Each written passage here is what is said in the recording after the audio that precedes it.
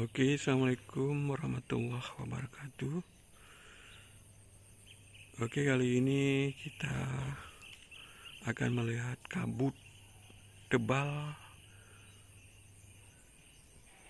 yang muncul saat pagi hari di daerah Ulekaring, Banda Aceh.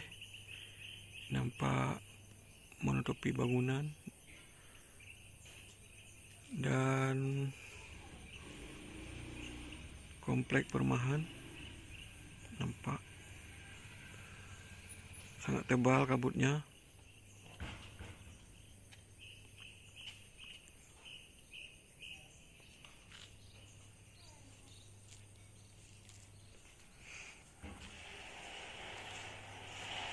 Kita lihat menutupi perumahan dan kabut, Pak. Hah? Ya. Tebal kali kabutnya.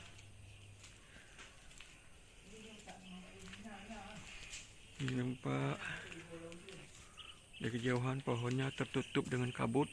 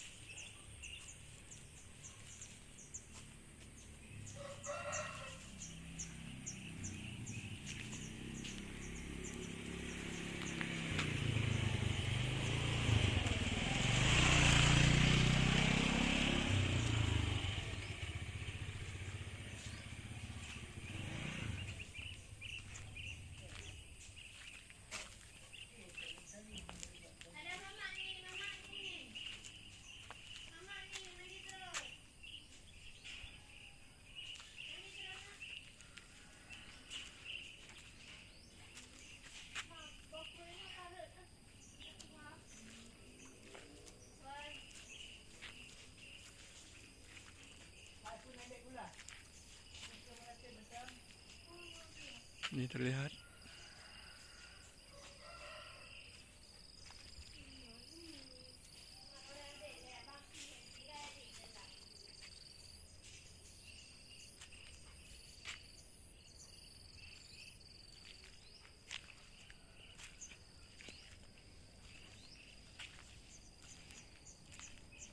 fenomena langka dan jarang terjadi. Kabut tebal nampak menutupi lingkungan perumahan. Nampak pohon besar terlihat jelas tertutup oleh kabut.